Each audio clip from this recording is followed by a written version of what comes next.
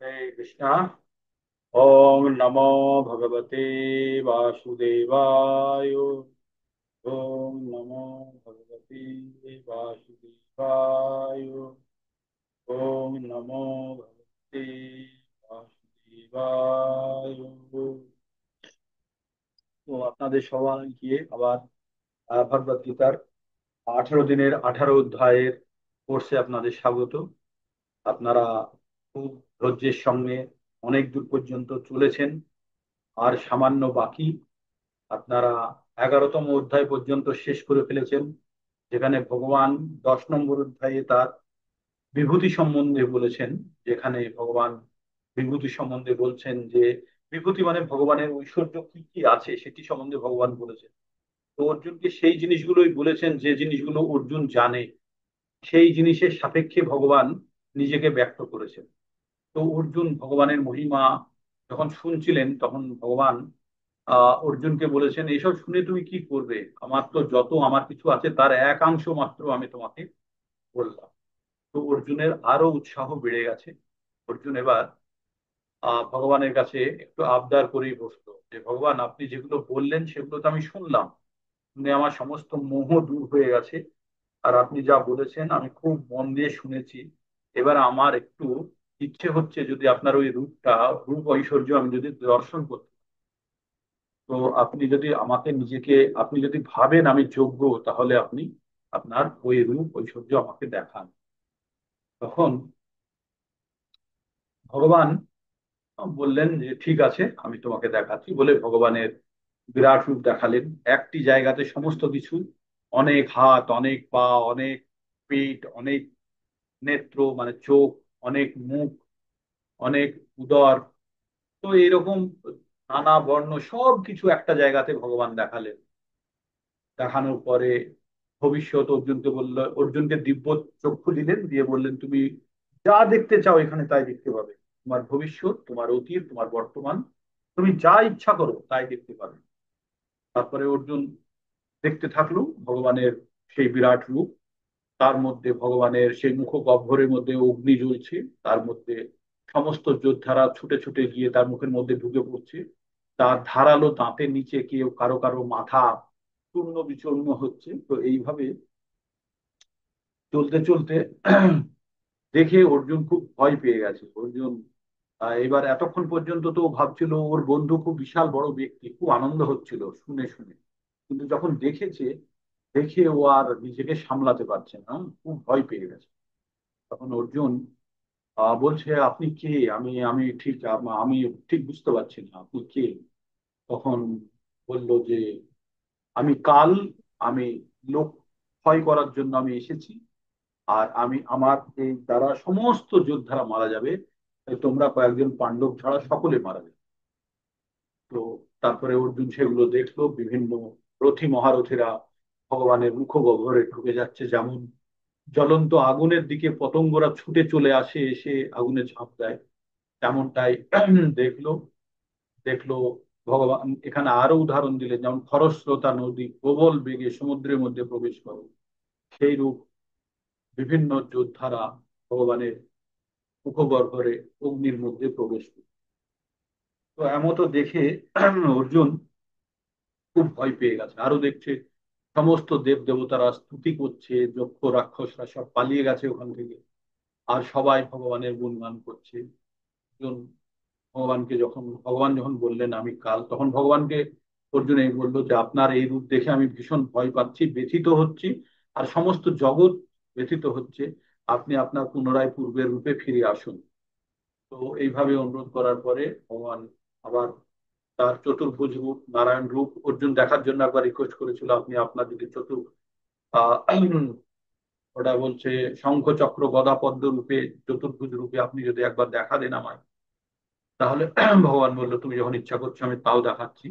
তো ভগবান তাকে চতুর্ভুজ রূপ দেখিয়ে তারপরে আবার দ্বিভুজ রূপ দেখালেন, দেখিয়ে তিনি অর্জুনকে বললেন যে তুমি যে রূপ আজ দেখলে এ কেউই দেখতে পায় না, কখনোই দেখতে পায় না। পূর্বে অনেকে চেষ্টা করেছে, তারা যোগ করেছে, তপস্যা করেছে, কিন্তু এই রূপ দেখা যায় না। এর জন্য দেব দেবতারা পর্যন্ত অনেক দিন ধরে আকাঙ্ক্ষা করে থাকে যে এই রূপ কবে ভগবানের, বিরাট রূপ দেখতে পাবো না।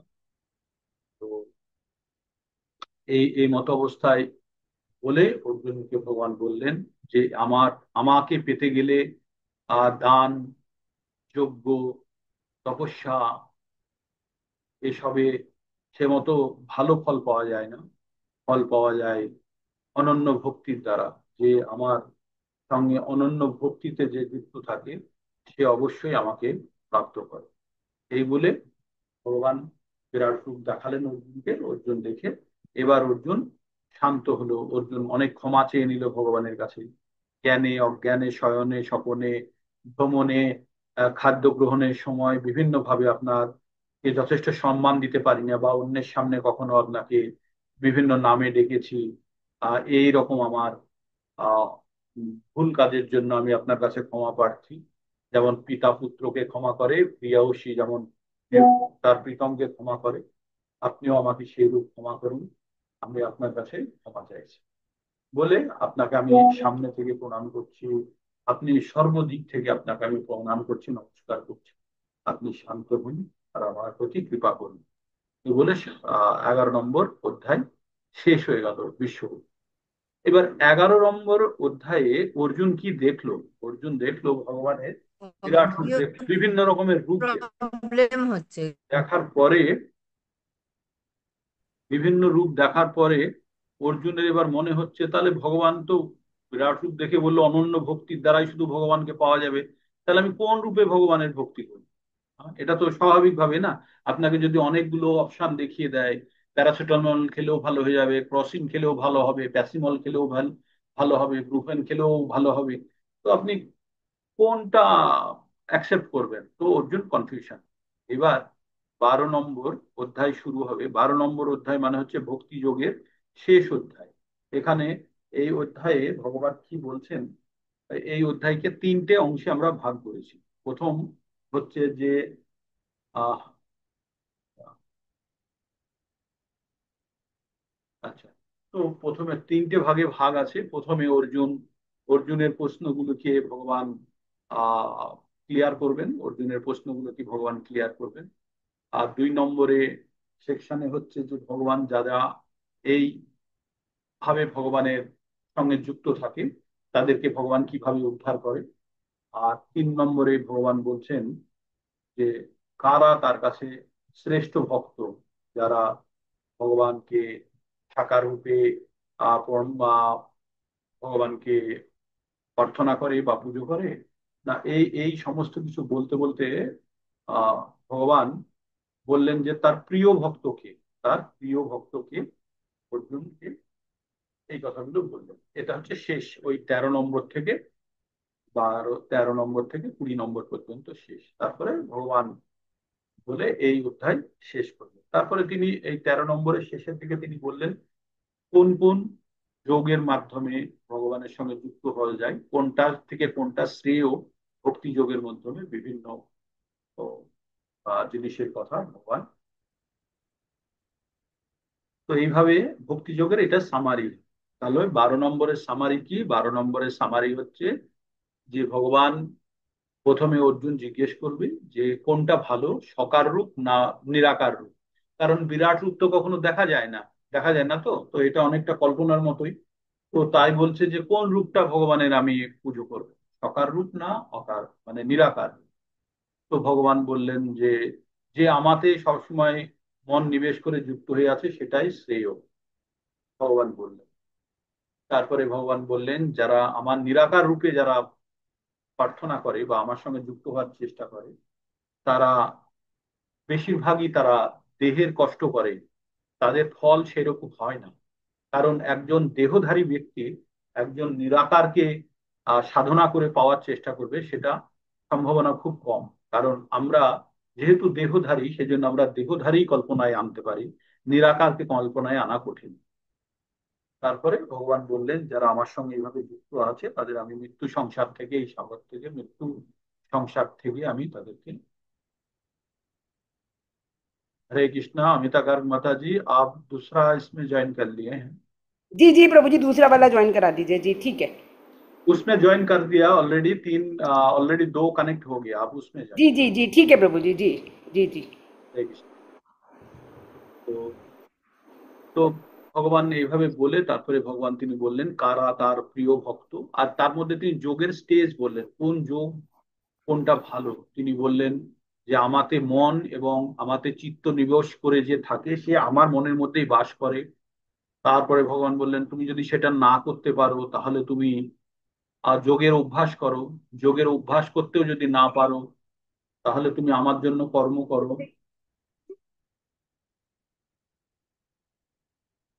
ওকে মাতা।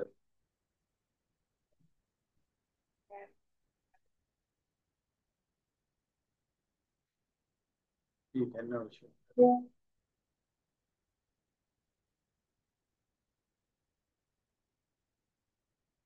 हरे कृष्ण कृष्ण कृष्ण हरे हरे राम राम राम। तो हरे कृष्ण हरे राम। তো এইভাবে ভগবান অর্জুনকে বললেন যে চারটে স্টেজ বললেন। প্রথমে বললেন তিনি তুমি আমাতে মন আর আমাতে বুদ্ধি লাগিয়ে তুমি আমাতে একদম নিবেশ করো, তোমার মন আর বুদ্ধি আমাতে নিবেশ করো। তো যদি তুমি সেটা না করতে পারো তাহলে ভক্তি যোগের অনুশীলন করো। যদি সেটা না করতে পারো তাহলে আমার জন্য কর্ম করো, ভক্তির কাজ করো। তুমি কাজ প্রথমে বললো ভক্তি যোগের অনুশীলন, তারপরে ভক্তির জন্য কাজ, সেগুলো ব্যাখ্যা করবো। তারপরে বললো যদি সেটাও না করতে পারো তাহলে তুমি আমাতে মন রেখে আমাকে অর্পণ করে তুমি সমস্ত কর্মফল ত্যাগ করো, এটাই হচ্ছে তোমার জন্য শেষ। তো বিভিন্ন স্টেজ বললেন ভগবানের ভক্তির, বিভিন্ন পর্যায় বলে তারপরে ভগবান অর্জুনকে আরো বললেন যে কি করবে। তারপরে কারা প্রিয় ভক্ত সেই অধ্যায় সেই জায়গাতে চলে গেল। এটা একটা ছোট অধ্যায়। আর যা ভক্তিযোগের যে বিশেষ অংশগুলো আমরা মোটামুটি জেনে গেছি। আর নয়ে, সাতে জেনেছি, আটে জেনেছি, নয়ে জেনেছি, দশে জেনেছি, এগারোতেও কিছুটা জেনেছি, বারোতেও কিছুটা জানবো। তো ধীরে ধীরে ভক্তি যোগটা আজকে শেষ হয়ে যাবে। তারপরে জ্ঞান যোগে যখন আবার ঢুকবো তখন জ্ঞান যোগে প্রথমের দিকেই কিছুটা আবার নতুন নতুন জিনিস শুনবেন। আবার সেখান থেকে আবার ভিন্ন ধরনের ইন্টারেস্ট তৈরি হয়ে যাবে। ভক্তি যোগে ঢুকে যেমন আপনাদের প্রথমে ইন্টারেস্ট তৈরি হয়েছিল শুষ্ক কর্মযোগের পরে ভক্তি যোগে একটু ইন্টারেস্ট লাগছিল, তো এবার ভক্তি যোগের পরে আবার জ্ঞান যোগে গিয়ে আর একটু বেশি ইন্টারেস্ট লাগবে। তো পর্যায়ক্রমে, কারণ ভগবান পরীক্ষা নেয় না প্রথমে, আর যে টিকছে কিনা, যারা টিকে গেল তাদেরকে কিন্তু ঠিক মতো তুলে দেবে। এই যখন বক্সিং শিখতে যায় না, কেউ বক্সিং শিখতে যায়, বক্সিং সবাই তো ভাবে না আমি মেরে মেরে বহুত খুব বড় বক্সার হব, তো তাদেরকে প্রথমে 1 মাস এত দৌড় করায়, এত দৌড় করায় যাতে তার সত্যিকারের যদি ইচ্ছা থাকে তবেই সে বক্সিং করতে পারবে, না হলে সে কখনো বক্সিং করতে পারবে না। তো তেমনই এই ভগবান ভক্তি যোগে প্রবেশ করা বা জ্ঞান যোগে প্রবেশ করার জন্য আগেই কর্মযোগের শুষ্ক অনুভূতি দিয়ে কে কতখানি আগ্রহী সেটার পরীক্ষা নেন ভগবান, তারপরে তিনি প্রকৃত অর্থে জ্ঞান দিতে শুরু করেছেন। তো আমরা দ্বাদশ অধ্যায় পড়বো ভক্তি যোগ। অর্জুন উবাচ, অর্জুন জিজ্ঞেস করলো এবং সতত যুক্তা এ ভক্তাস্তাং পর্যপাসতে ये चाप्पो अक्षरम व्यक्तम तेषां के যোগবুত্তমা এবং শতত যুক্তা যে ভক্তাস্তাং পর্যভাসতে ये চাপ্পক্ষরম অব্যক্তম তেষাং কে যোগবুত্তমা। অর্জুন জিজ্ঞেস করলেন, কি জিজ্ঞেস করলেন? এইভাবে নিরন্তর ভক্তিতে ভক্তিযুক্ত হয়ে সমস্ত ভক্তরা যথাযথভাবে তোমার সাধনা করেন এবং ইন্দ্রিয়াতীত অব্যক্ত ব্রহ্মের উপাসনা করেন, এদের মধ্যে শ্রেষ্ঠ কে? এখানকার ভাষা বুঝতে পারবেন না, ভাষাটা যেটা লেখা আছে এবার আমি আমাদের বুঝতে পারবো এরকম ভাষায় বলছি। ভগবান বললেন, অর্জুন জিজ্ঞেস করলেন যে তোমার তো তো ভক্তি করছে সবাই, তোমাতে তো সবাই যুক্ত হয়ে আছে, কিন্তু কোনটা ভালো? যে ইন্দ্রিয় অতীত, ইন্দ্রিয়াতীত বলে একটা কথা বলেছে, ইন্দ্রিয়াতীত অব্যক্ত। ইন্দ্রিয় কি? চক্ষু কর্ণ নাসিকা জিহ্বা ত্বক, এই 5টি ইন্দ্রিয় দিয়ে আমরা কি হয় বলতে পাই, দেখতে পাই, না হলে শুনতে পাই, না হলে ঘ্রাণ পাই, না হলে স্পর্শ পাই। কিন্তু যারা নিরাকার তারা কোনো ইন্দ্রিয় দ্বারা অনুভূত হয় না। তাই তাদেরকে বলছে যারা ইন্দ্রিয়াতীত অব্যক্ত ব্রহ্মের উপাসনা করে। কেউ বলে না যে আমরা ওম শব্দের উপরে আমরা উপাসনা করি, কেউ বলে আমরা একটা আলো রূপের বিন্দুতে আমরা মেডিটেশন করি। কি ওগুলো? ওগুলো কি? তাই এখানে বলছে অব্যক্ত যে জিনিস সম্বন্ধে, যে জিনিসটা ব্যক্ত হয়নি, সেই জিনিসের উপাসনা করা, উপাসনা করা ভালো না সাকার রূপের উপাসনা করা? সেটা অর্জুন জিজ্ঞেস করলো ভগবান। এবার ভগবান, কিন্তু তারা ভক্তি যোগে যুক্ত হয়ে তারা ভগবানের সাকার রূপে উপাসনা করা ভালো না ভগবানের নিরাকার রূপে উপাসনা করা? তাই এখানে কি বলছে, এখন পর্যন্ত শ্রীকৃষ্ণ সবিশেষ তত্ত্ব বিশ্বরূপ সম্বন্ধে দুটি ভাগ নির্বিচার। আচ্ছা, ঠিক আছে, আপনারা এইখানে চলে আসুন। তারপরে ভগবান, এবার এবার ভগবান বলছেন, ভগবান উত্তর দিচ্ছেন, শুনুন। ময়্যাবেশ্য মনোজে মাম নিত্য যুক্তা উপাসতে শ্রদ্ধায়া পরয়পেতাস্তে মে তমো মতা। আবার শুনুন, ময়্যাবেশ্য মনোজে মাম নিত্য যুক্ত উপাসতে শ্রদ্ধয়া পরয়াতে পেতাস্তে মে যুক্ত তমো মতা। ভগবান বললেন, যারা মনকে আমার সবিশেষ রূপ, সবিশেষ রূপ মানে এই যে, মানে আমরা যে রূপটাকে আমরা দর্শন করতে পারি, সবিশেষ রূপে নিবিষ্ট করেন এবং অপ্রাকৃত শ্রদ্ধা সহকারে নিরন্তর আমার উপাসনা করেন, আমার মতে তারাই শ্রেষ্ঠ যোগী। অর্জুন কি জিজ্ঞেস করলো, যে সকার রূপে যে প্রার্থনা করে সে শ্রেষ্ঠ না নিরাকার রূপে যে প্রার্থনা করে সে শ্রেষ্ঠ? জনেই ভগবানের সঙ্গে গভীর শ্রদ্ধার সঙ্গে করছে, কিন্তু সকার রূপে না নিরাকার রূপে? ভগবান এবার কি বললেন, যারা তাদের মনকে আমার সবিশেষ রূপ মানে সাকার রূপে নিবিষ্ট করে অপ্রাকৃত শ্রদ্ধা সহকারে নিরন্তর আমার উপাসনা করে, তারাই আমার মতে শ্রেষ্ঠ যোগী। ঠিক। তারপরে, তারপরে ভগবান কি বলছেন, তে যেতু যেতু অক্ষরম অনির্দেশম অব্যক্তম পর্য উপাসতে সর্বত্র গম চিন্তম চ কূটস্থ চলম ধ্রুবম সংনিয়মেন্দ্রিয় গ্রামম সর্বত্র সমবুদ্ধয়া তে পাপ্নুবন্তি মামেব সর্বভূত হিতে রতা। কি বললেন ভগবান এবার, যারা সমস্ত ইন্দ্রিয়কে সংযত করে, আমরা আগে প্রচুর প্রচুর প্রচুর আমাদের ইন্দ্রিয় মানে সংযত করার কথা শুনেছি, তাই বলছে যারা সমস্ত ইন্দ্রিয়কে সংযত করে সকলের প্রতি সমভাবাপন্ন। এই জিনিসটা খুব বুঝতে হবে, সকলের প্রতি সমভাবাপন্ন তার মানে কারোর প্রতি কোনো দেশ নেই আর ঈর্ষাও নেই। হ্যাঁ, হয়ে সর্বভূতের কল্যাণে, প্রত্যেকটা ভূতের কল্যাণে, প্রত্যেকটা জীব, ভূত মানে হচ্ছে যত জীবন্ত প্রাণী আছে তাদের বলছে জীব, তাদের কল্যাণে রত হয়ে আমার অক্ষর, অক্ষর মানে যে রূপের ক্ষয় নেই, অনির্বাচনীয়, অব্যক্ত, সর্বব্যাপী, অচিন্ত, অপরিবর্তনশীল, অচল, ধ্রুব এবং নির্বিশেষ স্বরূপকেও, নির্বিশেষ স্বরূপকে উপাসনা করেন, তারা অবশেষে আমাকে প্রাপ্ত হন। তাহলে কি কি করলে ভগবানকে পাওয়া যাবে? যারা পরোক্ষভাবে পরমেশ্বর ভগবান কৃষ্ণের আরাধনা করেন না, কিন্তু পরোক্ষ পন্থায় তাদের উদ্দেশ্য সাধন করার চেষ্টা করেন, তারাও পরিণামে এই লক্ষ্যে ভগবানকে প্রাপ্ত হন। তার মানে এই নয় যে সবিশেষ রূপ আর নির্বিশেষ রূপ ভগবান দুটো বললেন।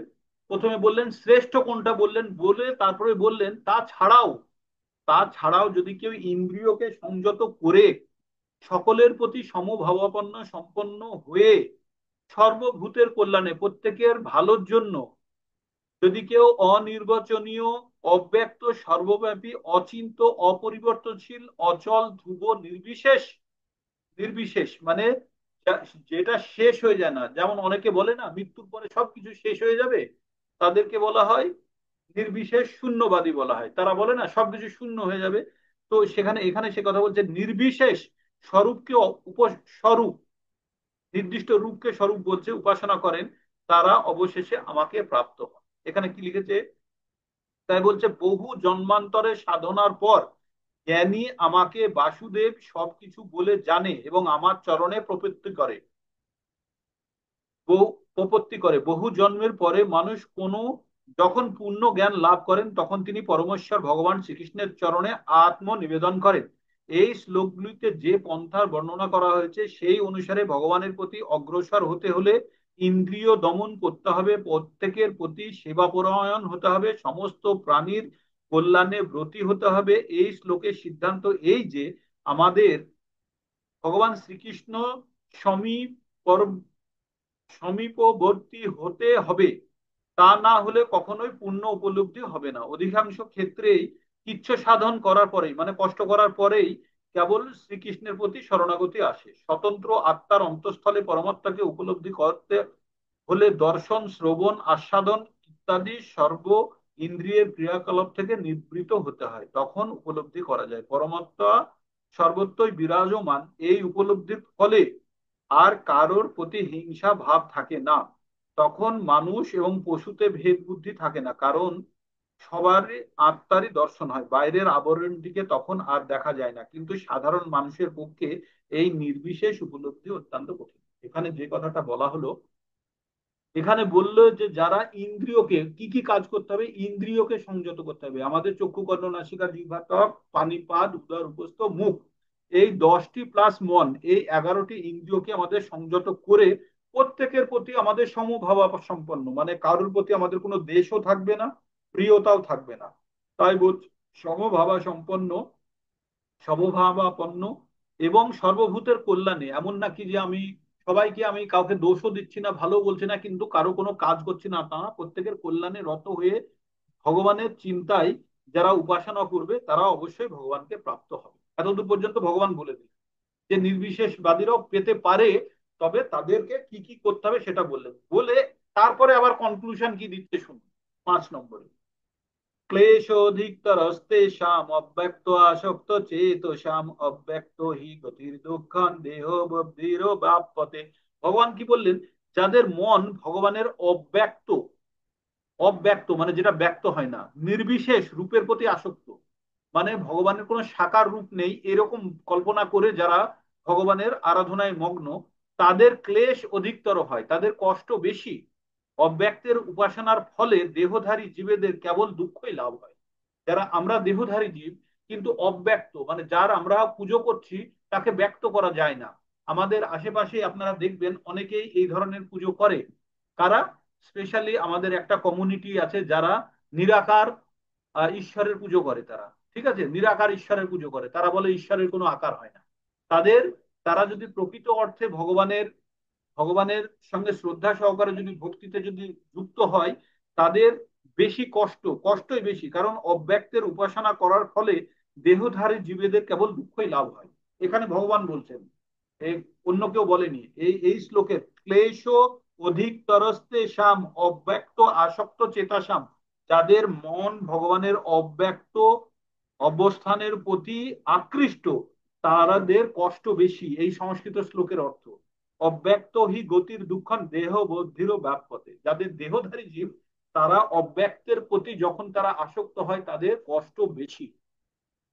কারণ আমরা দেহধারী হয়ে অব্যক্তর আরাধনা করা খুব কঠিন, কারণ আমি নিজে সাকার, আর আমি নিজে সাকার হয়ে আমি নিরাকারকে কিভাবে আমি কল্পনায় আনবো? যখনই কল্পনায় আনতে যাব কোন একটা সাকার রূপ আমার সঙ্গে চলে আসবে, তাই না? তাই বলছে সেক্ষেত্রে জীবেদের কেবল দুঃখই হয়।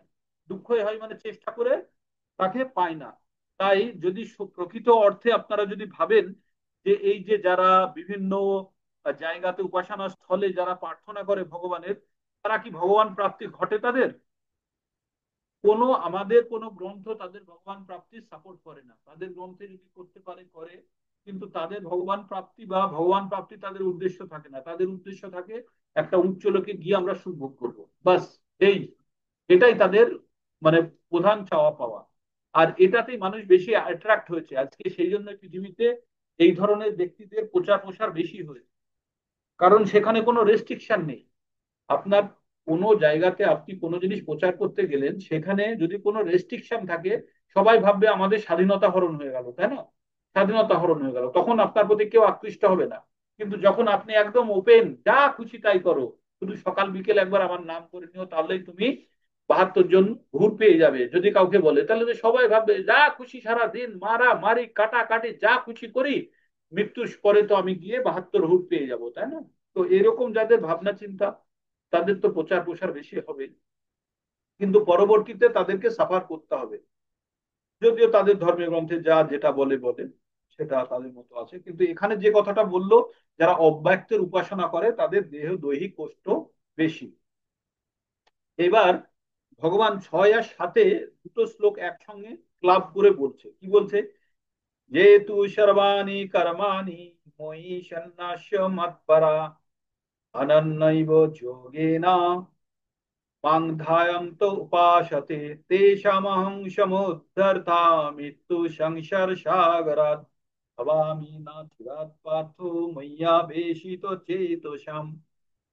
যেহেতু সর্বাণি কর্মাণি ময়ি সন্ন্যস্য মৎপরঃ অনন্যৈব যোগেন মাং ধ্যায়ন্ত উপাসতে তেষামহং সমুদ্ধর্তা মৃত্যু সংসার সাগরাৎ ভবামি না চিরাৎ পার্থ ময়্যাবেশিত চেতসাম। তো 6 আর 7 ভগবান খুব বড় কথা বলেছে এখানে। কি বলেছে? যারা সমস্ত কর্ম আমাতে অর্পণ করে, যেহেতু সর্বাণি কর্মাণি ময়ি সন্ন্যাস্য মৎপরা, মানে যে সমস্ত কর্ম আমাতে সমর্পণ করে মতপরায়ণ হয়ে, মানে মতপরায়ণ কথার অর্থ হচ্ছে ভগবানে আসক্ত হয়ে, মতপরায়ণ হয়ে ভক্তিযোগের দ্বারা ধ্যান পূর্বক আমার উপাসনা করে। এইটুকু শুনে নিন আপনি। ভগবান কি বললেন? যারা সমস্ত কর্ম আমাতে সমর্পণ করে মতপরায়, মানে ভগবানের প্রতি আসক্ত হয়ে, অনন্য ভক্তি যোগ, অনন্য না কোনো অন্য, মানে একটা জিনিসই সে ভগবান ছাড়া কিছু বোঝে না। ভক্তি যখন করবে শুধু ভগবানকেই সামনে রেখে করবে, অন্য কোন রকমের, তখন নারকেল গাছের কথা ভাববে, তাল গাছের কথা ভাববে, কিন্তু আম গাছ কাঁঠাল গাছের কথা ভাববে না, যাদের ডাল বহুদিকে বিস্তৃত, একটি কাণ্ডের দিকেই লক্ষ্য।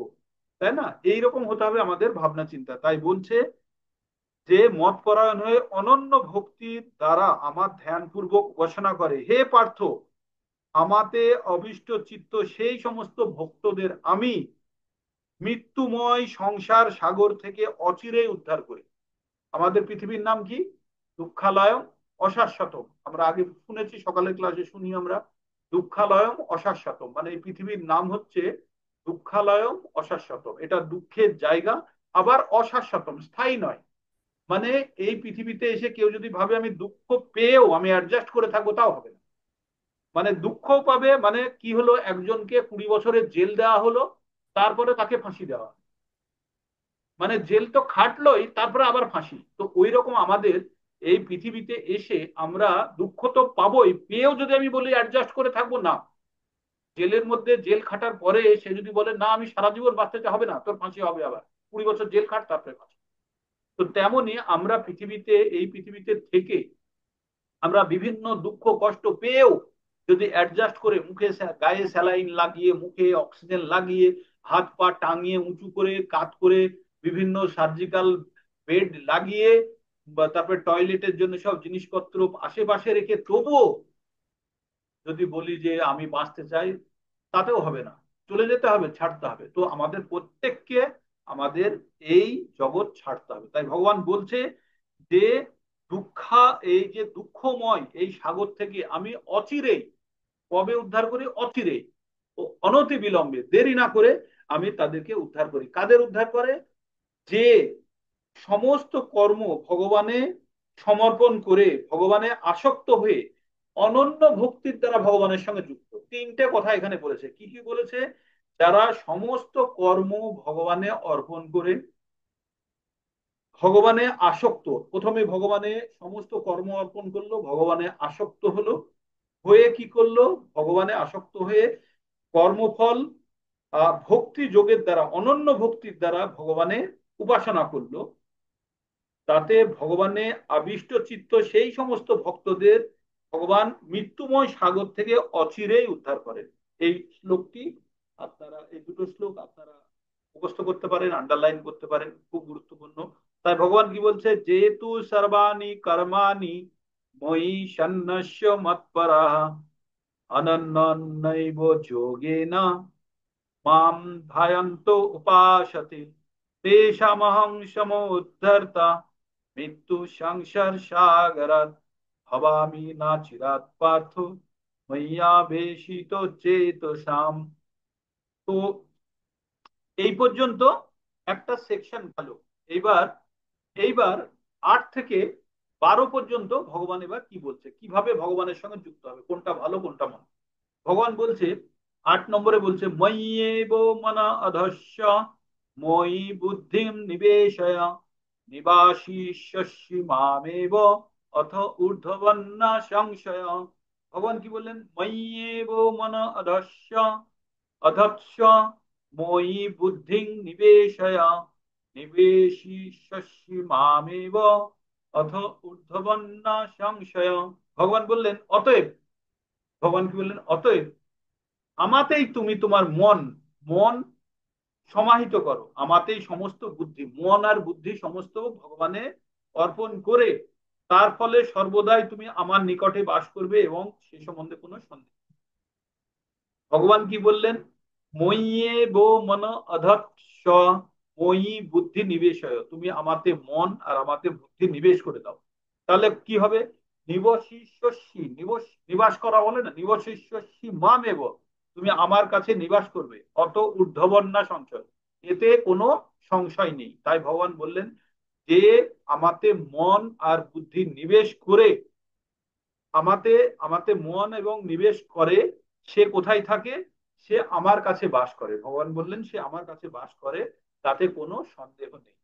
তাই ভগবান অর্জুনকে বললেন তুমি আমাতে তোমার মন সমাহিত করো, আমাতেই তুমি বুদ্ধি অর্পণ করো, তার ফলে সর্বদাই তুমি আমার নিকটে বাস করবে, এই সম্বন্ধে কোনো সংশয় নেই। তাই বলছেন যিনি ভগবান কৃষ্ণের ভক্তিযুক্ত সেবায় রত, তিনি ভগবানের সঙ্গে সরাসরি সম্পর্ক যুক্ত হয়ে জীবন ধারণ করেন। তাই তিনি প্রথম থেকে অপ্রাকৃত স্তরে অধিষ্ঠিত, সেই সম্বন্ধে কোনো সন্দেহ নেই। ভক্ত জড়জাগতিক স্তরে স্থিত নন, তার জীবন কৃষ্ণ কেন্দ্রিক, ভগবানের নাম স্বয়ং ভগবান থেকে অভিন্ন। তাই ভক্ত যখন হরে কৃষ্ণ মহামন্ত্র কীর্তন করেন, তখন শ্রীকৃষ্ণ এবং তার অন্তরঙ্গা শক্তি ভক্তের জিহ্বায় নর্তন করেন। মানে যখন আমরা ভগবানের নাম উচ্চারণ করি, তখন আপনারা যদি ভাবতে পারেন যে আপনার জিহ্বায় ভগবান তার সাঙ্গদের নিয়ে আপনার জিহ্বার পুরে নৃত্য করছেন। ভগবান যখন শ্রীকৃষ্ণকে ভোগ নিবেদন করেন, শ্রীকৃষ্ণ তখন সেই ভোগ সরাসরি গ্রহণ করেন এবং শ্রীকৃষ্ণের সেই উচ্ছিষ্ট প্রসাদ খেয়ে ভক্ত কৃষ্ণ ভাবনাময় হয়ে ওঠেন। সেটি কি করে সম্ভব? ভগবানের সেবায় ব্রতী না হওয়া পর্যন্ত তা বুঝতে পারা যায় না, যদিও ভগবত গীতা ও অন্যান্য বৈদিক শাস্ত্রে এর পদ্ধতি বর্ণনা করা হয়েছে। এর প্রকৃষ্ট উদাহরণ হচ্ছে প্রভুপাদ নিজে। প্রভুপাদ যখন ভারত থেকে আমেরিকায় গেছিলেন 67 বছর বয়সে বা 68 বছর বয়সে উনি গেছিলেন, তখন সেখানে তার থাকার জায়গা নেই, সেখানে কাউকে চেনে না, সেখানে শুধু একটা অ্যাড্রেস। এখান থেকে একটা কার্গো শিপে গেছে, মালবাহী জাহাজে গেছে, যেতে যেতে যেতে 3 মাস সময় লেগেছে তার। গিয়ে যেখানে উঠেছে, উঠে সেখানে কি করবে? সেখানে গিয়ে 40 টাকা আছে মাত্র, $40 বা চল্লিশ ডলার আছে মাত্র। তো সেই নিয়ে কি করবে? তাই ভগবানকে ওখান থেকে একটা চিঠি লিখেছিলেন। এবার ভগবানের চিঠি কে পৌঁছে দেবে? কোথায় পৌঁছে দেবে? তাই ভগবানকে চিঠি লিখেছিলেন এই বলে, ভগবান আপনি যখন আমাকে এখানে পাঠিয়েছেন, নিশ্চয়ই আপনার কোনো উদ্দেশ্য আছে। আপনি যখন এখানে আমাকে পাঠিয়েছেন, আপনার নিশ্চয়ই কোনো উদ্দেশ্য আছে। তাই আপনার উদ্দেশ্য সাধনের জন্য আমাকে যদি ব্যবহার করতে হয় করুন, না হলে আমি আমি যেমন করছি, আমি যা পারবো আমি তাই করবো। এবার আপনি যদি সাহায্য করেন হবে, না হলে হবে। এবার আপনি ভাবুন, আমাদের দেশের লোক আমাদের ভাষায় কথা বলে আমাদের দেশের ভগবানের কথা আমরা কনভিন্স করতে পারি না, কিন্তু তিনি গেছেন আমেরিকায়, যারা অনেক অ্যাডভান্স, যারা ইংরেজি জানে, যারা সমস্ত বিজ্ঞান জানে, সবকিছু জানে, যারা জীবনকে যারা ভোগ করতে জানে, তারা কি করে প্রভুপাদের কথায়, তারা কি করে হরে কৃষ্ণ মহামন্ত্র করতে আসবে? তো প্রভুপাদ কি করতো তাদেরকে? ওইখানে একটা ওই করতাল বাজিয়ে হরে কৃষ্ণ মহামন্ত্র গানের স্বরূপে কীর্তন করতেন। আর কি করতেন? এই ছোট ছোট রান্না করে ওদেরকে দিত। তাদেরকে ওই হিপ্পি তখন চলতো, হিপ্পি কালচার। মানে হিপ্পি কালচার মানে সব থেকে জঘন্য কালচার। নেশা করে থাকতো, স্ত্রী পুরুষের মধ্যে কোনো বিভেদ নেই, কাপড় জামা পরতো পরতো না, এইভাবে তারা সে সে জায়গাতে তারা মানে অবস্থান করতো। তারা ভাবতো এটাই বুঝি জীবনের সর্বোচ্চ উপভোগের পদ্ধতি। তো আমেরিকার গভর্নমেন্টও তখন খুব অতিষ্ঠ হয়ে গেছে।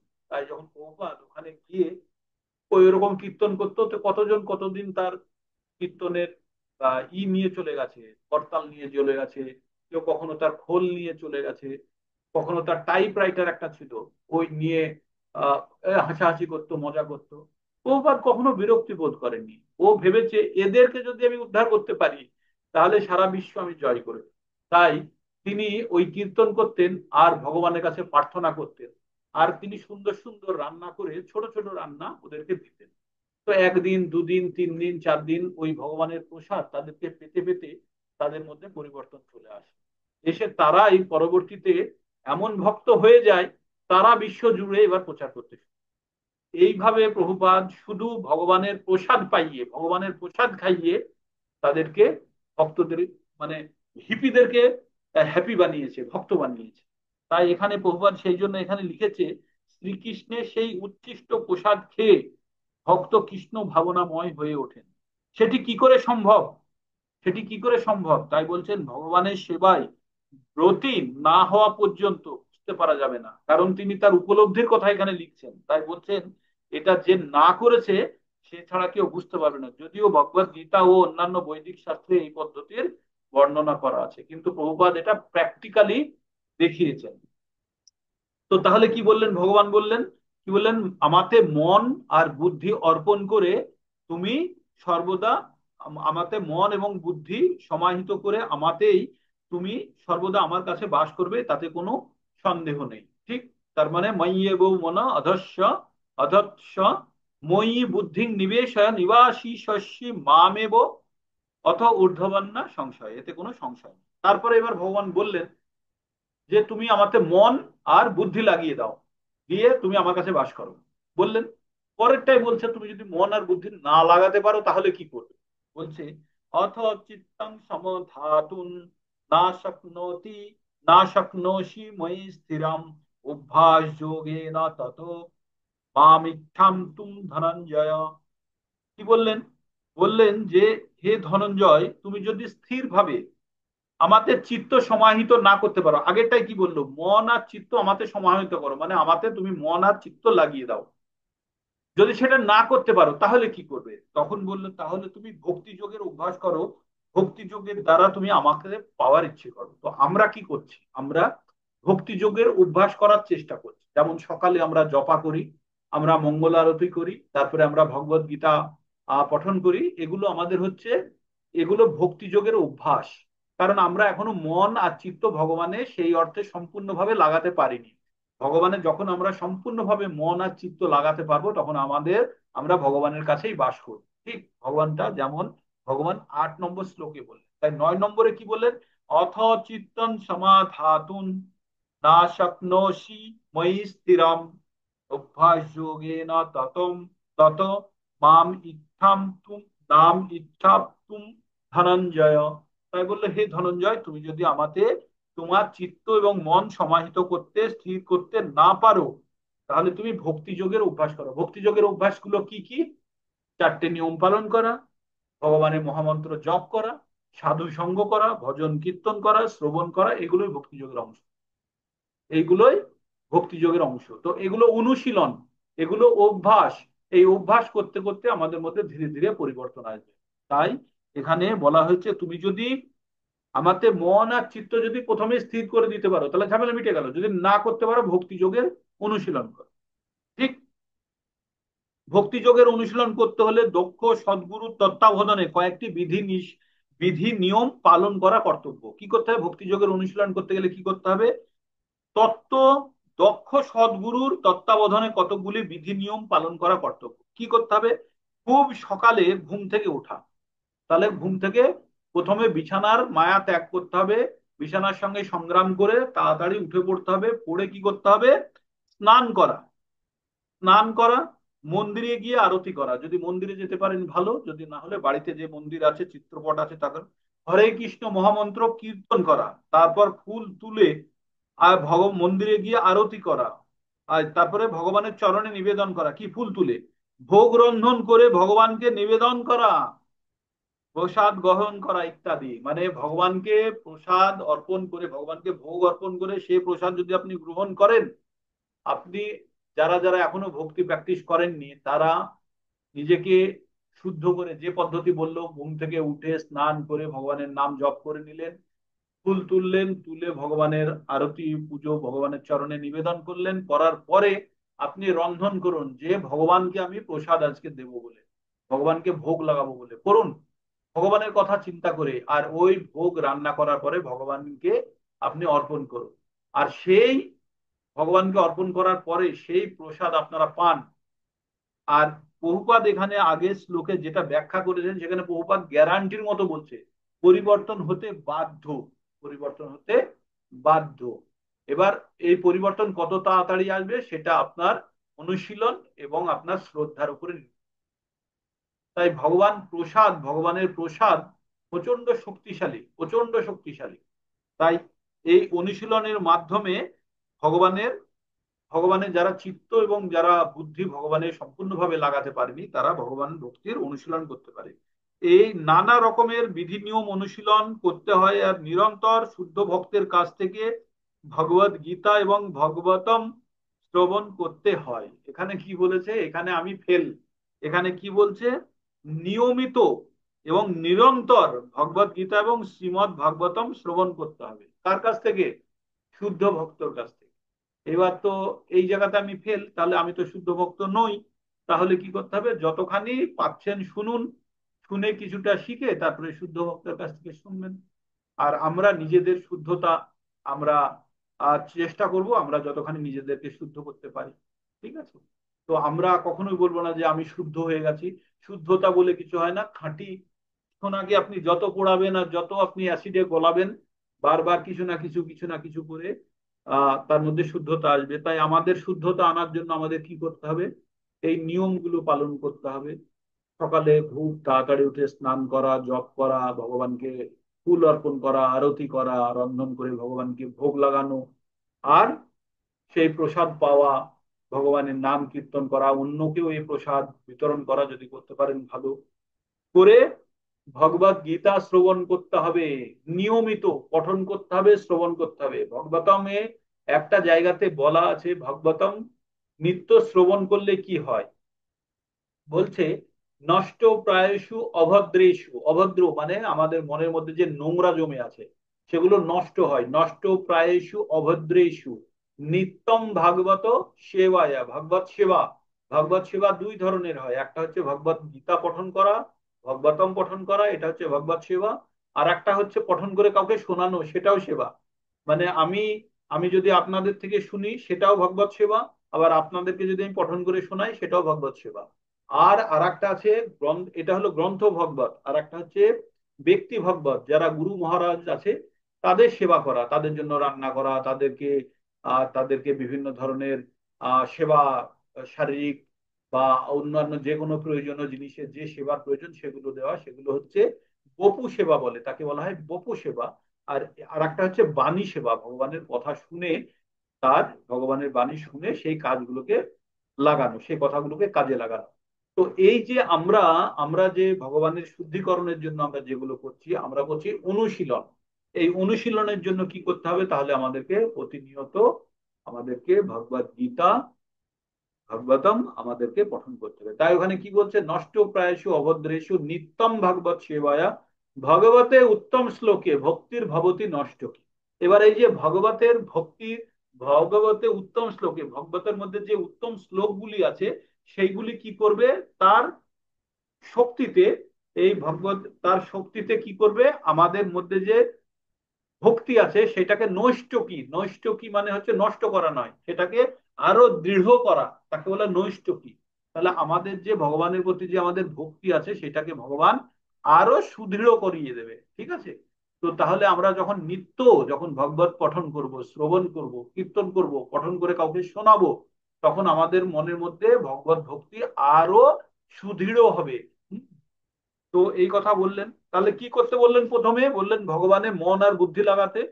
তারপরে বললেন তাহলে ভগবানের কাছে বাস করবে। যদি সেটা না পারো তাহলে তুমি ভগবত ভক্তির অনুশীলন করো, ভগবত গীতা পড়ো, ভগবত গীতা পঠন করো, তুমি ভগবানকে ফুল পুজো অর্চনা করো, তুমি বুক ডিস্ট্রিবিউশন করো, তুমি কীর্তন করো, এগুলো করো, এগুলো হচ্ছে অনুশীলন।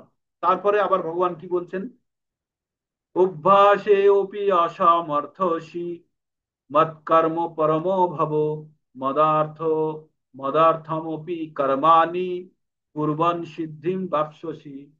কি বললেন, ভগবান বললেন তুমি যদি এটাও না করতে পারো, কোনটা? ভক্তির অনুশীলন যদি করতে না পারো, তোমাকে প্রথমে বললাম তুমি আমাকে মন আর চিত্ত লাগাও, তাহলে তুমি আমার কাছে চলে আসলে আমার কাছে বাস করবে। যদি সেটা না করতে পারো, তাহলে ভক্তি যোগের তুমি অভ্যাস করো। ভক্তি যোগের অভ্যাসের, ভক্তি যোগের যে অঙ্গগুলি আছে সেগুলো তুমি ফলো করো, করে অভ্যাস করো। তারপরে ভগবান বলছে সেটাও যদি তুমি না করতে পারো, তাহলে কি করবে? তাহলে তুমি আমার জন্য কাজ করো, মন্দির বানাও। মানে তোমার ভক্তি নেই কিন্তু তুমি মন্দির বানাচ্ছ, যে ঠিক আছে অন্যরা এসে ভক্তি করবে তো ঠিক আছে। প্রসাদ ডিস্ট্রিবিউশন করো, যে আমি পুজো পাঠ কিছু করছি না, আমি প্রসাদ ডিস্ট্রিবিউশন করলাম, আমি বুক ডিস্ট্রিবিউশন করলাম, আমি কেউ হয়তো পুজোর ওখানে প্যান্ডেল লাগাচ্ছে আমি প্যান্ডেল বানিয়ে দিলাম, মানে এই ধরনের অক্সিলারি কাজগুলো যে পরোক্ষভাবে। তো বললো, ভগবান বললো তাহলে তুমি আমার জন্য কাজ করো। তাহলে প্রথমে কি বললেন, আমাতে মন, এই জায়গাটা বোঝার জন্য আমি বারবার বলছি, তুমি আমাতে মন আর বুদ্ধি লাগাও, তাহলে তুমি আমার কাছে বাস করবে। যদি না পারো, তাহলে তুমি ভক্তি যোগের অনুশীলন করো। ভক্তি যোগের অনুশীলন গুলো কি? শ্রবণ, কীর্তন, বন্দন, অর্চনম, সাক্ষম, দাক্ষম, দাক্ষম, আত্মনিবেদনম, এগুলো হচ্ছে ভক্তি যোগের অঙ্গ। যে কোনো অঙ্গ ভক্তি যোগের অনুশীলন করো। যদি তাও না করতে পারো, তাহলে ভগবানের জন্য কাজ করো। ভগবান কি বললেন, যদি তাও না করতে পারো, তাহলে এমনকি তুমি যদি অভ্যাস করতে অসমর্থ হও, তাহলে তুমি আমার প্রতি কর্মপরায়ণ হও, আমার জন্য কর্ম করে তুমি সিদ্ধি লাভ করবে।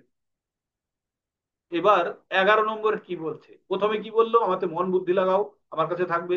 যদি না পারো, ভক্তি যোগের অনুশীলন করো।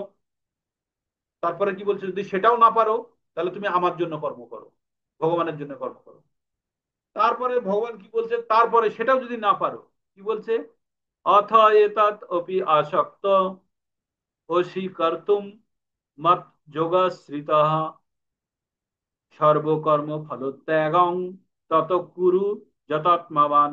ভগবান কি বললেন, তুমি যদি সেটাও না করতে পারো, তাহলে তুমি কি করো? তুমি কাজ, সমস্ত কর্ম আমাতে অর্পণ করো, করে তুমি কর্মফলের প্রতি আসক্তি রহিত হয়ে তুমি সমস্ত সংযত চিত্তে কর্মফল ত্যাগ করো। কি বললো, আরো তাও যদি না করতে সক্ষম হও, তাহলে তুমি আমাতে সমস্ত কর্ম অর্পণ করে সংযত চিত্তে কর্মফল ত্যাগ করো। তাহলে চারটে আমরা স্তর বললাম। কি কি স্তর? প্রথমে হলো মন আর বুদ্ধি ভগবানে নিবেশ করে ভগবানের কাছে বাস করা, একটা হতে পারে। পারলাম না, তাহলে ভগবানের ভক্তির অনুশীলন করা। পারলাম না, তাহলে ভগবানের জন্য কাজ করা। পারলাম না, তাহলে কি করলো, ভগবান কি বললো, তাহলে তুমি সমস্ত কর্ম আমাতে অর্পণ করো, করে কি করবে, আমাতে সমস্ত কর্ম অর্পণ করো, করে কাজের ফল ত্যাগ করো। মানে প্রথমে সর্বোচ্চ শ্রেণী বলেছে, তারপরে তারপরে তারপরে যদি কিছুই যদি না করতে পারো, তো বলেছে যে তা তুই মন্দিরে পাশ দিয়ে একবার ঘুরে চলে আয়, মানে এরকম ব্যাপারটা, তাই না? বললো, প্রথমে বললো যে মন্দিরে গিয়ে তুই ভগবানের জন্য ভগবানের তপস্যা কর, এক যজ্ঞ কর, অমুক কর, বললো পারবো না। তাহলে ফুল তুলে আন, পারবো না। তাহলে তুই যা ওদেরকে ডেকে আন যারা ভক্তি করবে, পারবো না।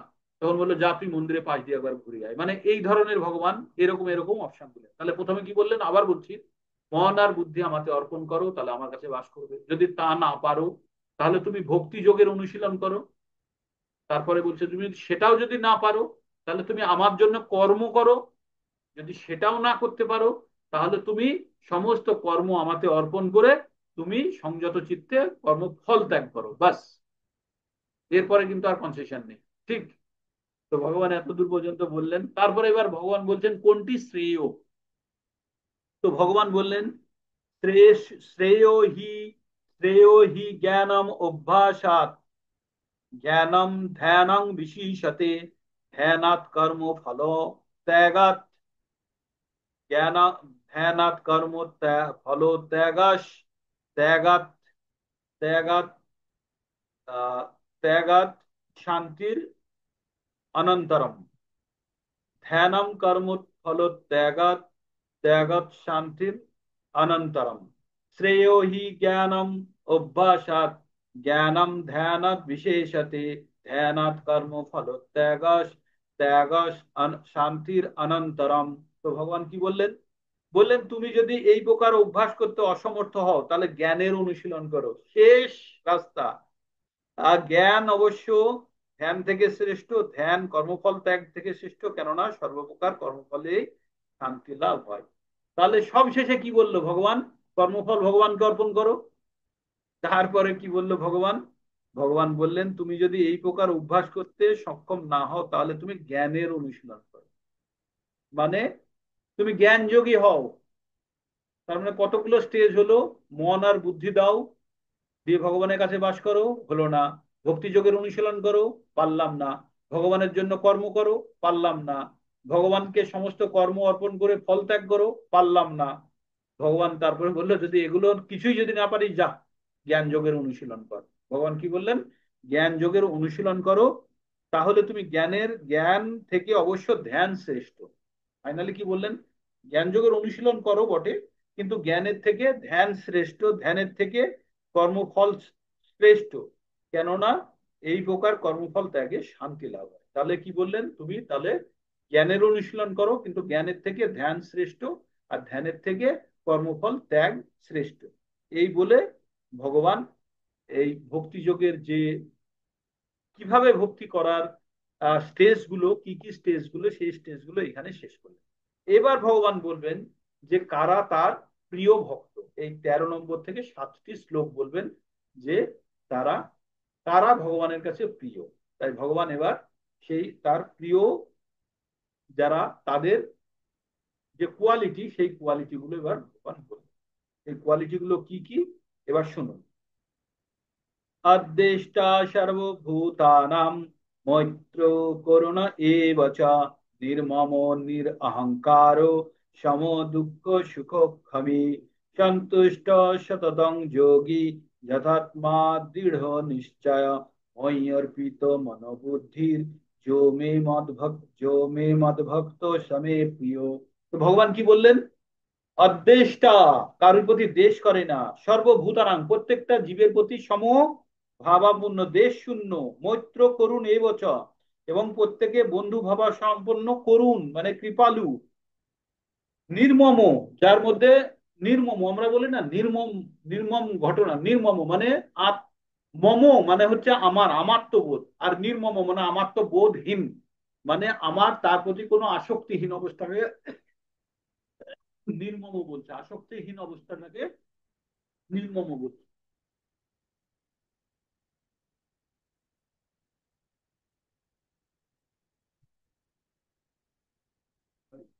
তো আসক্তিহীন অবস্থাটাকে যেমন আমার আমার করে আমরা বলি না, সেটা হচ্ছে মমত্ব। তো এই মমত্ব থেকে উল্টো হলে নির্মম। তাই আমরা বলি না কত নির্মম, কারণ তার কাছে তার প্রতি কোনো মমত্ব নেই, নিজস্বতা নেই, সেটাকে বলছে নির্মমতা। কিন্তু আমরা নির্মম ভাবে আমরা ভাবি নিষ্ঠুর আর নির্মমতা এক করে ফেলেছি, তাই না? আমাদের ভাবনা চিন্তায় বাংলায় নিষ্ঠুর আর নির্মলতা নয়, নিষ্ঠুরের সঙ্গে নির্মমতাটাকে মেলাবেন না। নির্মম মানে আমার নয়, আমার তো আমি ত্যাগ করেছি তার থেকে, সেটা হচ্ছে নির্মম। তাই বলছে এখানে অদ্বেষ্টা সর্বভূতানাম মৈত্র করুণ এ বচন নির্মম নিরহংকার সম দুঃখ সুখ ক্ষমী সন্তুষ্ট সততং যোগী যথাত্মা দৃঢ় নিশ্চয় মই অর্পিত মনোবুদ্ধি যো মদ ভক্ত সমে প্রিয়।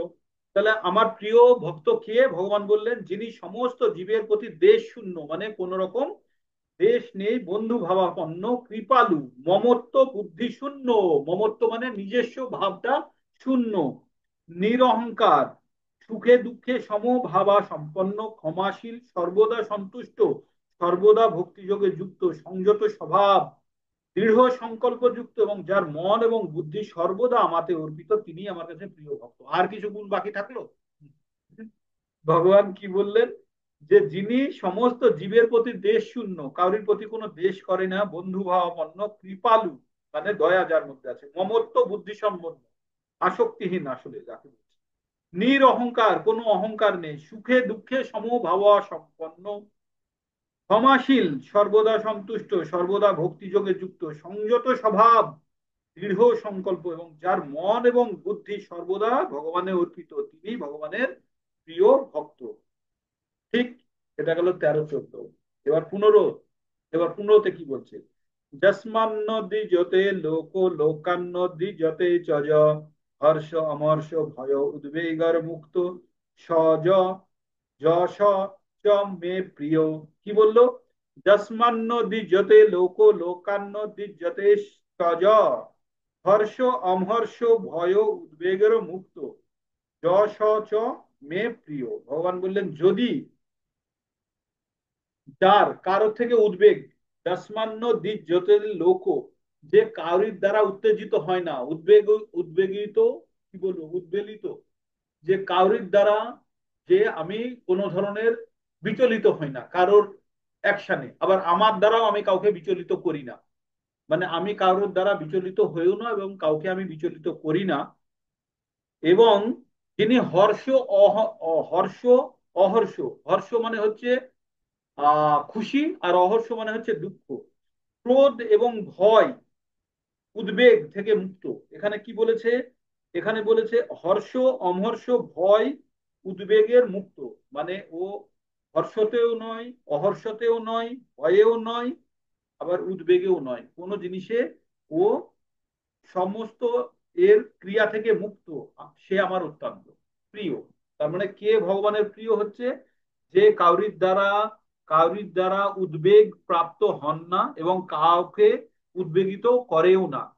আবার যিনি হর্ষ, মানে খুশিতে, ক্রোধ, ভয়, উদ্বেগ থেকে মুক্ত, খুশি, উদ্বেগ, ভয় থেকে মুক্ত, তিনি অত্যন্ত প্রিয় ভক্ত কার? ভগবানের।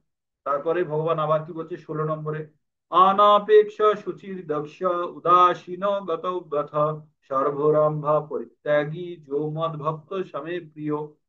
যিনি নিরপেক্ষ, যিনি শুচি, পবিত্র, দক্ষ, উদাসীন, উদ্বেগহীন, আর উদ্বেগ শূন্য, এবং সমস্ত কর্মের ফলত্যাগী, সমস্ত কর্মের সর্বরম্ভা পরিত্যাগী, সমস্ত কর্মের ফলত্যাগী, তিনি আমার প্রিয় ভক্ত। তারপরে ভগবান কি বলছেন? এবার বলছেন 17 নম্বরে শুনুন। বলছে যো না হৃষ্যতি, না দেশটি, না শোচতি, না কাঙ্ক্ষতি, যো না হিষ্যতি, না দেশটি, না শোচতি, না কাঙ্ক্ষতি, শুভ অশুভ পরিত্যাগী, ভক্তি মান্য, যশ মে প্রিয়। বললেন যিনি প্রিয় বস্তুর প্রাপ্তিতে হৃষ্ট হন না, মানে আমার কোনো জিনিস, একটা আইফোন এসে গেলে আমি অত্যন্ত খুশি হয়ে যাব তা না, এবং অপ্রিয় বস্তু প্রাপ্তিতে দেশ করেন না, আবার যেটা আমি চাই না সেটা আমার গায়ে পুরে এসে পড়ে গেল, তাতেও আমি কিন্তু মানে কোনো বিদ্বেষ করি না। যিনি প্রিয় বস্তুর বিয়োগে শোক করেন না, অপ্রাপ্য ইষ্ট বস্তুর আকাঙ্ক্ষা করেন না, শুভ অশুভ সমস্ত বিষয় পরিত্যাগ করেন, তিনি ভক্তিযুক্ত। এবং যিনি ভক্তিযুক্ত তিনি আমার প্রিয় ভক্ত। মানে ভগবান তার প্রিয় ভক্ত কোয়ালিটি গুলো এখানে বলছেন, যে কোনো জিনিসে অত্যধিক খুশিও হয় না, দুঃখও হয় না, আর সব কিছু শুভ অশুভ সব কিছু সে পরিত্যাগ করেছে, আর কোনো কিছু যা নেই তার জন্য আকাঙ্ক্ষাও করে না, যা আছে হারিয়ে গেলে তাতে উদ্বেলিত হয়। ঠিক। তারপরে 18-19 নম্বরে ভগবান কি বলছেন? ভগবান বলছেন সম শত্রৌ চ মিত্রে চ, সম শত্রৈ চ মিত্রে চ, মানে শত্রু তার কাছে যেমন, মিত্রও তার কাছে তেমন, মানে শত্রু আর মিত্র দুটোই এক। সম শত্রু চ মিত্রে চ, তথা মান অপমানয়। বলছে মান আর অপমান দুটোই সমান তার কাছে। তার কাছে শত্রু যেমন, মিত্রও তেমন, তার কাছে মানও যা, অপমানও তাই। শীতোষ্ণ সুখ দুঃখেষু সম সঙ্গ বর্জিত। বলছে শীত আর উষ্ণ তার কাছে এক, সুখ আর দুঃখ তার কাছে এক, সম। আর সঙ্গ বর্জিত মানে কুসঙ্গ সে ত্যাগ করেছে। তুল্য নিন্দা স্তুতির মৌনী, তার কাছে তুল্য নিন্দা স্তুতির মৌনী, তার যদি কেউ অপমান, তার যদি কেউ স্তুতি করে, তাকে ভালো বলে, তাতেও কিছু যায় আসে না, কেউ যদি নিন্দা করে তাতেও কিছু যায় না, দুটোই তার কাছে এক। তুল্য নিন্দা স্তুতির মৌনী, সন্তুষ্ট যেন কে নচিত, অনিকেত স্থিরমতি, ভক্তির মান্যে প্রিয় নর। সেই সমস্ত মানুষগুলি আমার কাছে অত্যন্ত প্রিয়, যিনি শত্রু মিত্রের প্রতি সমবুদ্ধি সম্পন্ন, যিনি সম্মানে অপমানে, শীতে গরমে, সুখে দুঃখে, নিন্দা ও স্তুতিতে সমভাবা সম্পন্ন, ভাবাপন্ন, যিনি কুসঙ্গ বর্জিত, সংযত বাক্য, যৎকিঞ্চিত লাভে সন্তুষ্ট, সন্তুষ্ট যেন কেনচিত, সামান্যতে যে সন্তুষ্ট, গৃহ আসক্তি শূন্য, বাড়ির প্রতি আকর্ষণ কম, এবং যিনি স্থির বুদ্ধি এবং ভগবানের প্রেমময়ী সেবায় যুক্ত, সেই সমস্ত ভক্ত ভগবানের অত্যন্ত প্রিয়। এইগুলো হচ্ছে কোয়ালিটিস। তার মানে আমরা 13 নম্বর থেকে আমরা পড়তে শুরু করেছি ভগবানের প্রিয় ভক্তের কোয়ালিটি গুলো কি। ঠিক। তারপরে এবার 20 নম্বরে ভগবান কি বলছে, যেহেতু ধর্মান অমৃতমিদম যতক্ত পর্যা উপাসতে শুদ্ধাধ্যানা মৎপরমা ভক্তাস্তে অতীব মে প্রিয়। ভগবান কি বললেন, যেহেতু ধর্মান অমৃতমিদম যথোক্তম পর্যা উপাসতে শ্রদ্ধাধ্যানা মৎপরমা ভক্তাস্তে অতীব মে প্রিয়। যারা আমার দ্বারা কথিত ভক্তি রূপের এই ধর্ম অমৃতের উপাসনা করেন, মানে আগের যে কোয়ালিটি গুলো যেগুলো এনেছে, এনে এবার ভগবানের উপাসনা করেন, সেই সকল শ্রদ্ধাবান মতপরায়ণ ভক্তগণ আমার অত্যন্ত প্রিয়। এই হলো 12 নম্বর অধ্যায়ের শেষ শ্লোক, 20টি শ্লোক ছিল। তো এইখান থেকে একটু আমি তাৎপর্য পড়ি, শুনুন আপনারা।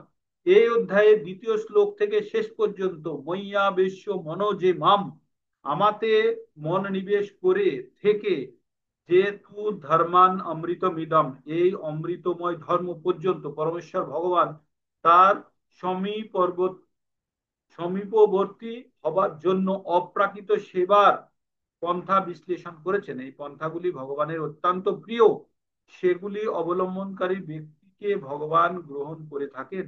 অর্জুন ভগবানকে প্রশ্ন করেছিলেন, নির্বিশেষ ব্রহ্ম উপলব্ধির পন্থা অবলম্বন করেছেন যে নির্বিশেষবাদী এবং অনন্য ভক্তি সহকারে পরমেশ্বরের ভগবানের সেবা করেছেন যে ভক্ত, এই দুজনের মধ্যে শ্রেষ্ঠ কি? তার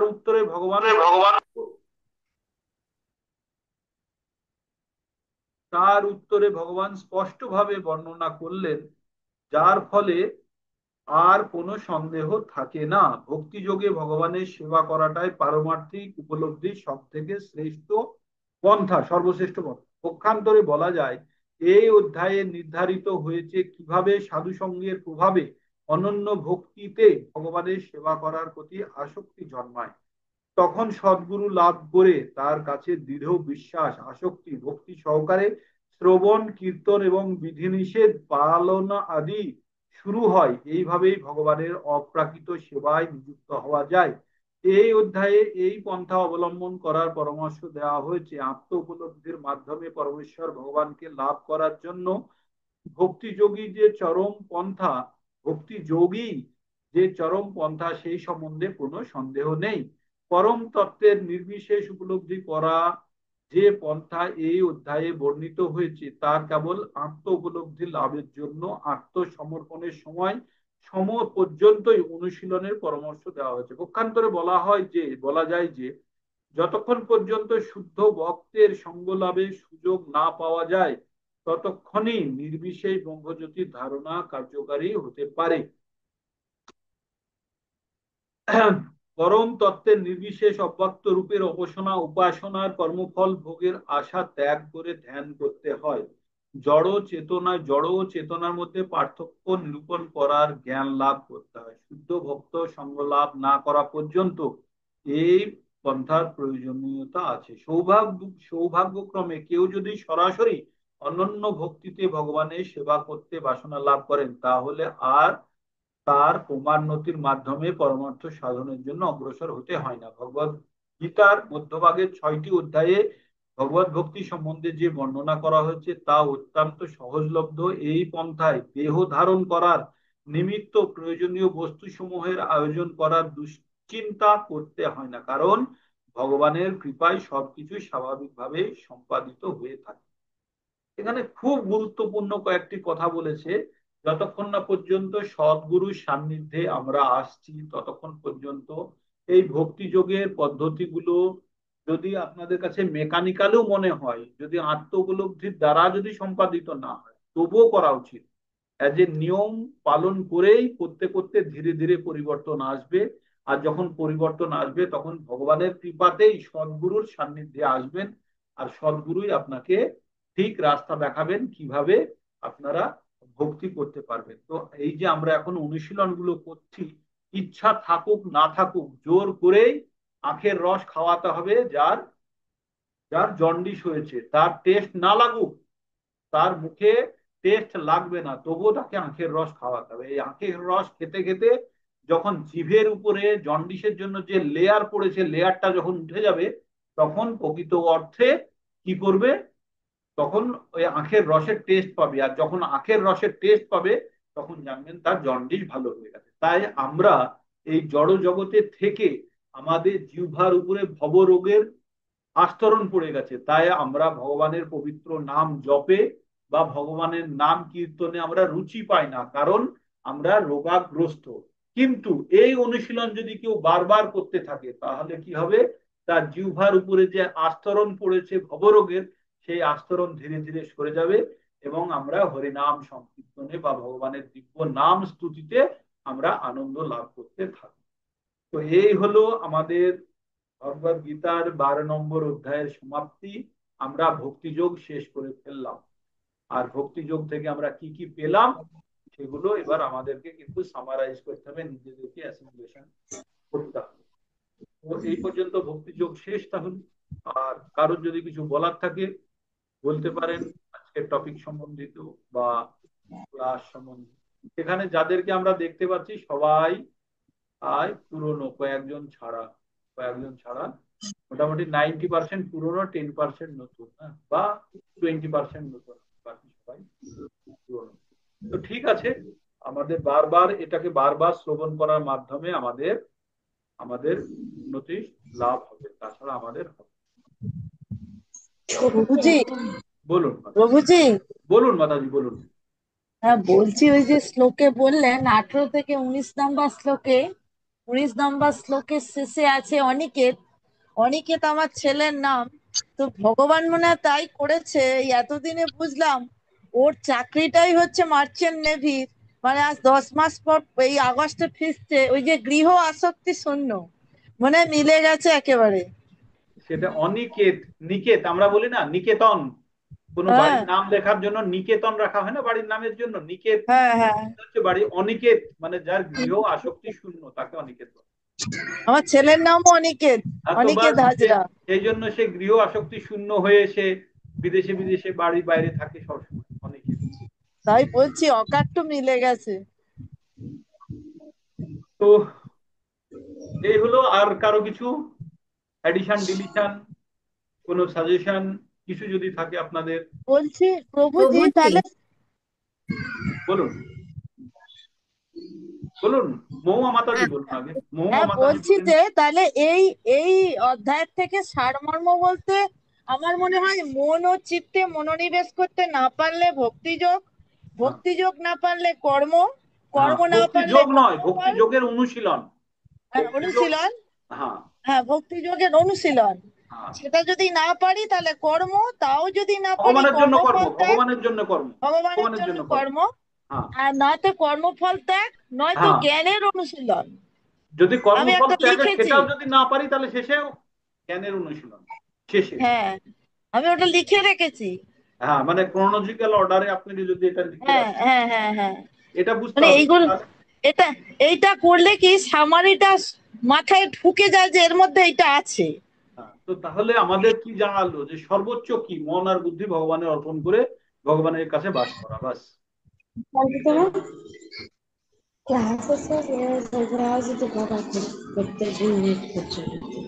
বুঝতে পারছি না, একটু জোরে বলুন।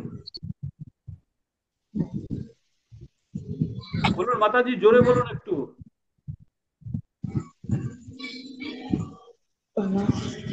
বলার জন্য। বুঝলেন? না প্রভুজি।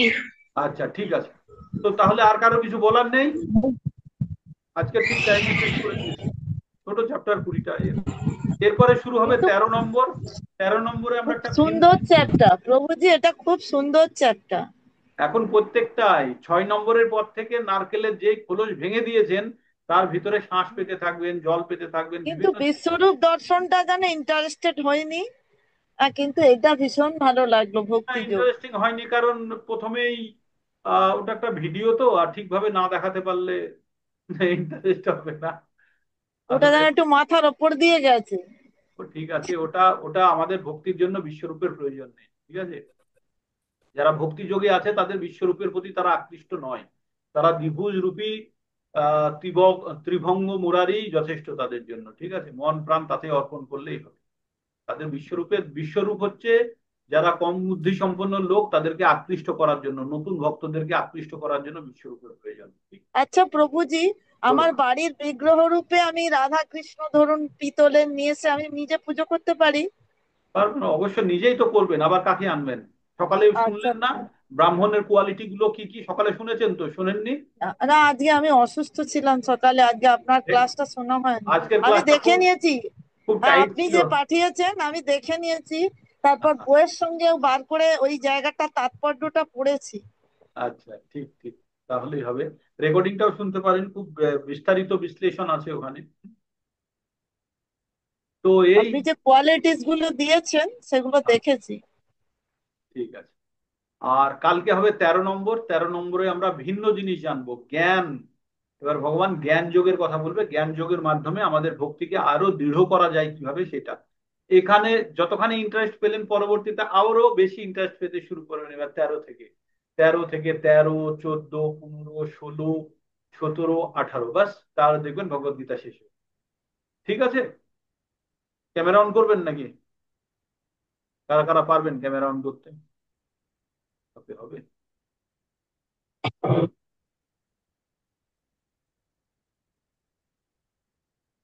আপনাদেরকে এটা পড়ার সঙ্গে আপনাদেরকে ভাবতে হবে যে আমরা এই জ্ঞান অন্যকে বিতরণ করব, এই রকম প্রিপারেশন নিতে হবে। ঠিক আছে, মানে আপনাদেরকে এই লেভেলে যেতে হবে যে এই জ্ঞান আপনি অন্যদেরকে বিতরণ করবেন, তবেই অ্যাকচুয়াল আপনার ভগবত গীতা পঠনের উদ্দেশ্য সাধিত হবে। যতক্ষণ না পর্যন্ত আপনি এই জ্ঞান কাউকে বিতরণ করতে পারছেন, ততক্ষণ পর্যন্ত আপনার